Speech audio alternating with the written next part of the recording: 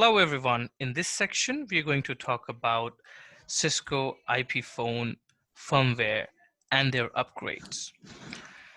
All right, so you can find about the firmware information under device setting, and under device defaults for all the firmware version for different phone models. So if you go into it, and we would notice that for all the device types that are supported by Cisco Unified Communication Manager, right? On the left, you would notice 3X series, 6X, 7.9, right? 8.9 series, and so on. All of the supported phones are listed right here on the left-hand side.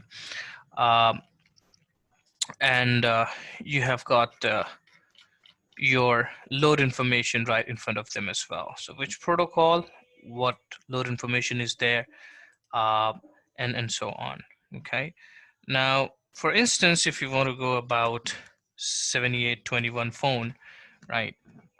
We see that it has got, let's say, the phone load mentioned as SIP 78XX dot 12-1-1 SR1-4, right? So this is the phone load for any of the phone which is going to be registered in our call manager server. Right next to it, you notice that this is the load information.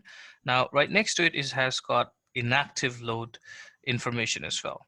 So now this phone's you know the call manager can let it be registered on using this inactive version as well, and it can just switch between the two different type of phone loads, between this and between this one is higher version, and this version is a bit older. So it's 12.1.1.12, and this one is 12.1.1 SR1, service release 1, uh, number 4.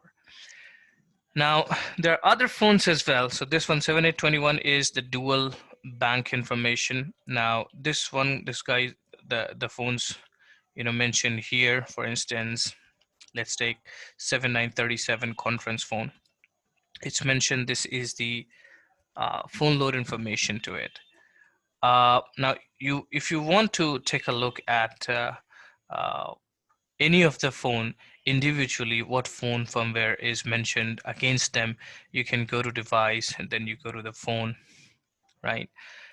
And you can find that particular device on the phone page itself. You would notice the firmware version of that particular phone. So let's go ahead and find out if we have got any phone registered. So agent 1, it's a Cisco Unified Client Service Framework, that is CSF, that is meant for Jabber phones. Right, it's not registered, so that is why we don't find any detail here, right? Let's go ahead and find out for any of the registered device.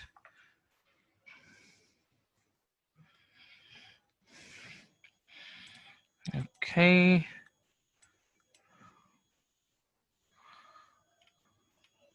Right, so these are the registered device, and I don't find any other. Okay, here I find an IP communicator. And let me launch my Jabber as well so that it gets registered and we can find that soft client information. All right, so here's my IP communicator, right? And I was on the phone load information of the IP communicator. So I can go ahead to the setting button. I'll stick it from the beginning. And from setting button, I can go to the option number 3, and it can say that, all right, it displays the load information, which is CIPC 863.0. That's what displays here. Okay. Now, that's how exactly it's going to display for any of the phone. Let me see if I got my Jabber registered.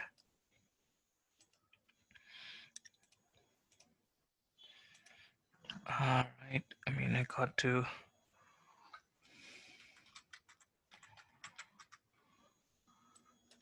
put my credentials again for it to register. Let's wait for some time for it to get registered. Right, so my Jabber seems to be registered now. So I'm going to go ahead and find my Jabber now. And we'll find similar active load ID for Jabber as well. So user 001, which was not registered before. This is my Jabber. Open it. And now I see that active load ID for Jabber is Jabber for Windows 12.92.54247. Okay, that's my load ID. That's the firmware that this phone is using. Similarly, these are the two soft clients that I talked about. Similarly, all the physical phones, all the hard phones, which are meant on your table, the tabletop ones, you can come over here and take a look what phone firmware they have downloaded from the call manager. Now, we talked about device device defaults, and we also talked about where you can check the individual phone firmware. Right now, we can let's talk about here in this module about phone firmware upgrade. So we can upgrade all phone model, I mean all the phones in particular phone model, uh, or we can individually uh, upgrade a particular phone itself. And we can quickly talk about it, how to go about it, right? So first of all, what we need to do is, let's say we are upgrading the phone for phone firmware for 7821 phone. Okay, so here you go. Now I can copy my load information and save it on a notepad because I may need it for later time. Okay, now I can go ahead on Cisco website, right, and can download the firmware from there. Okay, so let's go to, all right, here you go. I'm under Cisco download page. I'm under download homes, collaboration endpoint, IP phone. Then I selected 7800 phone. Then I selected the under the 7800 series, 7821 particular phone model that I want to download the firmware for.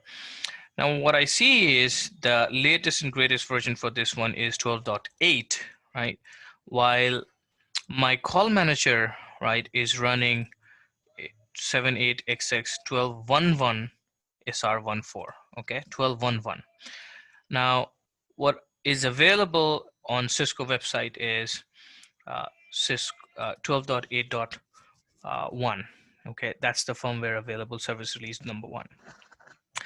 So what I could do is I could simply go ahead and download it from this page right here. Okay, and it's going to ask me the license agreement, and I got to accept it, right? You can just go ahead and read the end user license agreement. I'm sure you're gonna read that. But once I accept the license agreement, right, it's gonna start to download my firmware. Okay, once it's downloaded, let's go back to the call manager. Then we got to go to the call manager OS administration page. And from there, we can go ahead and initiate the phone firmware upgrade process.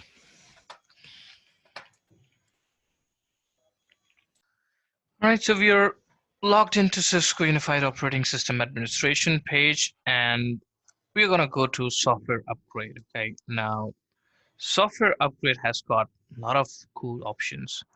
And we're going to talk about install and upgrade feature here. Okay, so we're going to go here, and we can load the downloaded file on the TFTP server, or I would say we can keep the TFTP server ready with our files. Uh, and the TFTP service, the file transfer protocol, FTP or SFTP service running, so that call manager can talk to that particular file that we downloaded. So we could do, if you have got the software CD, the phone load CD itself, then we can simply use this option and put it down there. But nowadays we do not use it. Most of the time we use remote file system itself. So we're going to choose remote file system, and we can select SFTP or FTP option. We can give the address of our TFTP server, the directory, it's going to be default, the server IP address, wherever we have got our firmware load file in there, the username, the password, right? And then we can go ahead and do next. Once we do the next, right, it's going to find the relevant files, and it's going to give us that option down here, and we can choose that and go for the installation. Since we haven't set up the TFTP server in this scenario, we'll not be able to find anything, of course, because we haven't mentioned the server name, username, password, where our TFTP service is running and the file is kept. So obviously it's going to fail. Remote server detail is required. And then we can go ahead pretty much and upgrade the phone firmware from there. Now, once the phone firmware is upgraded, right, you would go back to the call manager administration page.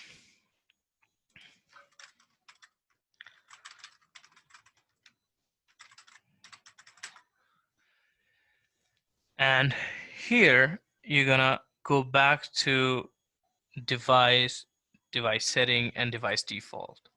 What you're gonna notice this time is, since the upgrade was successful for the phone firmware, right, we are assuming that everything went fine, right?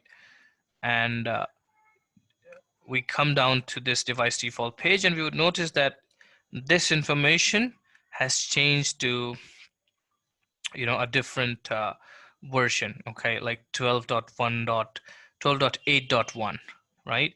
And this information is shifted right here under inactive load information. So the upgraded version will be here, and this one here will go to this particular box with inactive load information.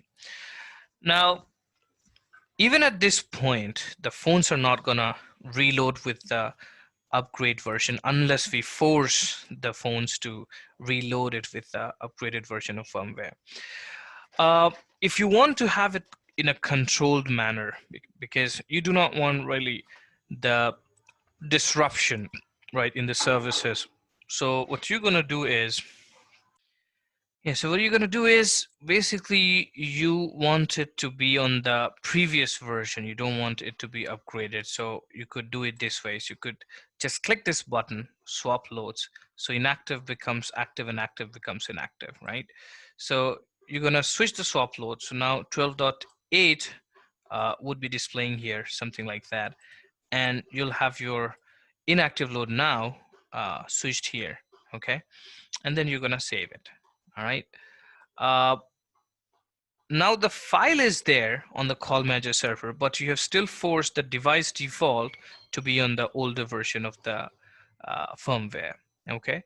This will control the rest. Let's say you have got hundreds of phones of Cisco 7821 model. You don't want all of them to reboot with the upgraded version unless you test one or two phone in the lab, right? So you want it to be controlled way. You want to upgrade that during off production hours, during the weekend maybe. So you upgraded it, but you did not restart the phone, or you did not restart the TFTP service for it to take effect, right? So you just upgraded the call manager server and you're there. You haven't done anything else except loading back the old information down here. Once that's done, right, you want to do it controlled, right? So you're going to go to that particular phone. Let's assume that we have got a 7821 phone let me add one phone here, which is Cisco 7821. Since I have not added any Cisco 7821, we'll not see any existing one. I'm gonna just add one quickly. Set right, so it's just a test one, so I would say the MAC address is 001122AA BBCC. Okay, and the MAC address that the description is populated with that MAC address. I would say okay, that's fine, but I'm gonna say test 7821 phone. Select the device pool. I'm gonna select the phone button pool. 7821.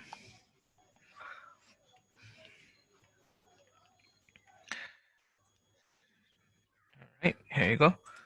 And then I'm gonna select what is mandatory.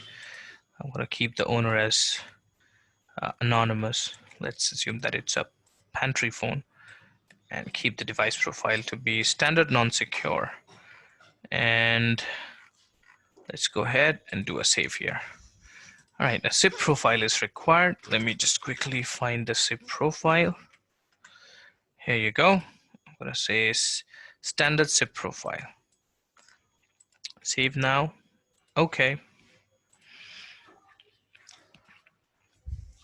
And the phone is added. Now the phone is added, but it has never registered. So that is why we don't see the device firmware version, right? But let's say that it was registered, okay?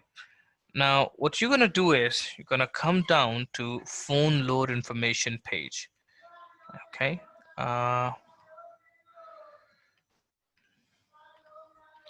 It's down here somewhere.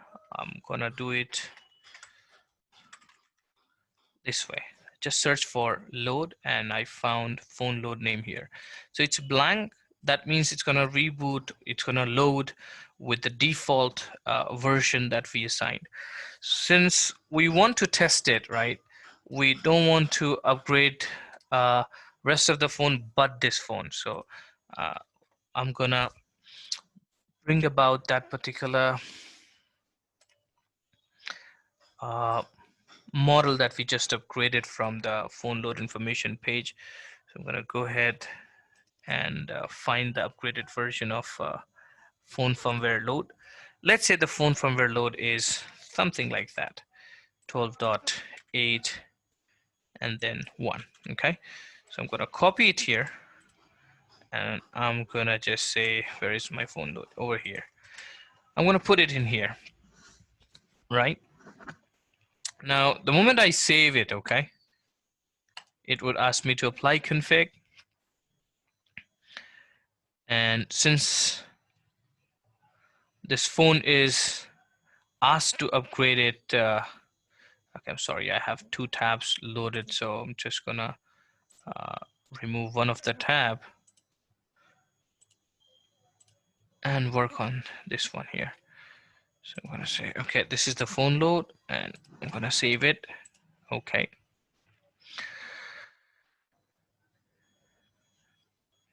So it's gonna load with the new phone firmware that I forced it to. Okay, Cisco doesn't like me to open multiple tabs and punishes me for that, but never mind.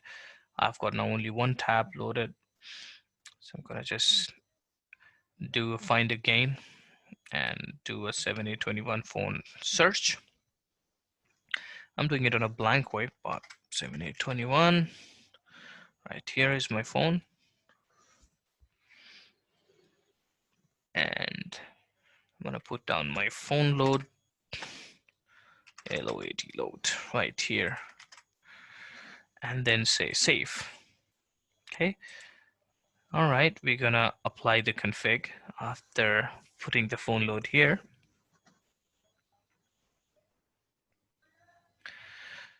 Once this is done, right, we're gonna, obviously I'm gonna put the directory number and all, but I'm just skipping that step. I'm gonna reset it.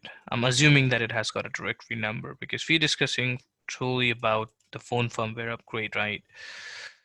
So now, since the call manager has got the upgraded file.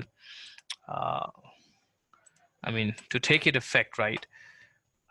We got to restart the TFTP service from serviceability page. So what we've done is upgraded the phone firmware on Cisco Call Manager server. Then we changed the phone firmware name back to the previous one for phone default. And then we went to our particular phone that we want to upgrade and put there the upgraded file, upgraded firmware name. And now we're doing the next step, that is to restart the TFTP service so that our upgraded phone firmware on the call manager takes effect. Right, so we're gonna restart Cisco TFTP service here like that.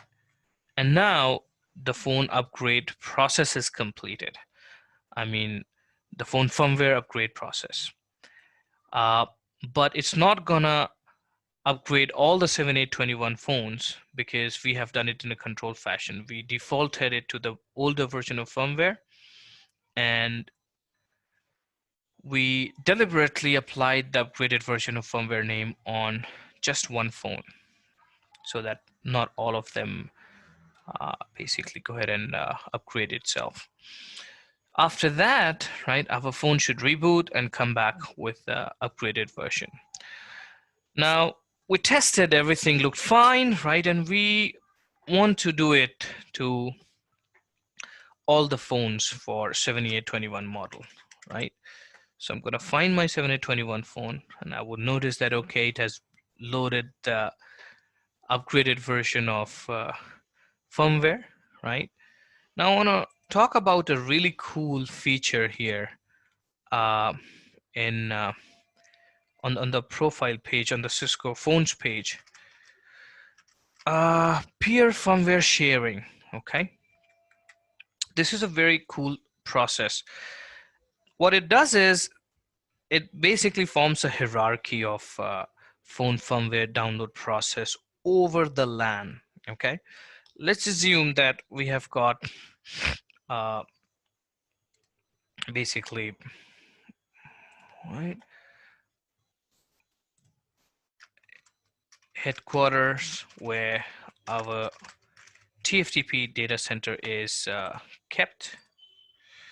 TFTP CUCM service running, okay, in the headquarters. Okay, now there are, let's say, remote site 1, remote site 2, and so on. There are multiple remote sites that we have.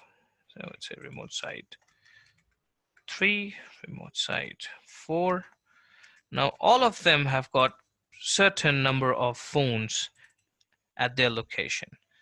So let's say if we talk about 7821 phone, we have got at the headquarters, let's say we have got 500 7821 phones. At remote site 1, we have got 100. Remote site 2, 50 phones. Remote site 3, 20 phones. Remote site 4, let's say 25 phones. Okay. Now we want to upgrade it for, let's say, remote site number 1. Okay. And remote site 1 has got 100 7821 Cisco IP phones. Now, the bandwidth between headquarter and remote site is limited, and it's it's WAN through which the traffic is going to flow, right? We don't really want to consume our bandwidth between headquarters and remote site. Instead, what we want to do is we want to download the firmware file at remote site 1 for only one phone. Okay. Now the first phone downloads the firmware, then it's kind of distributes it to the second phone, and the second phone distributes it to third phone, and so on. So since we are running on the local area network and we are not communicating to the headquarter, downloading the config files from there, we're just gonna distribute it across. So once it transfers the file from phone 1 to phone 2, the phone 1 and phone 2 then transfer it further to two different phones, phone 3 and phone 4, and so on. So it's like a hierarchy of distribution of phone firmware over the LAN. Now the bandwidth between headquarter and remote site is saved, right? So it's all happening over the LAN and not over the WAN. Okay, so the vertical uh, transfer, consider it WAN, and the horizontal transfer, consider it to be the LAN. LAN is not something that you're really worried about. It's 1 gig per second connectivity that you have, or maybe 10 gigs. So downloading of and transferring file right between the phones is not a problem at all. But if it happens to be hundreds of phones downloading the file from headquarter over the WAN, it consumes a lot of bandwidth in between. So it's better that you do it over the LAN. Consider it that if you have got, let's say, at the place of 1,000, you have got 10,000 phones. Now 10,000 phones and multiplied by the number of kilobytes of the phone firmware being downloaded for headquarters is certainly a challenge, right? So based on that, Cisco developed this feature of peer firmware sharing. If you have it enabled, it's going to distribute it to rest of its family members, and you're going to save a lot on your uh, WAN bandwidth. All right, so I hope this lecture has been beneficial for you, and we are good to go from this one. And let's go ahead and see you in the next chapter. Thanks for watching. Have a great day ahead. Bye-bye.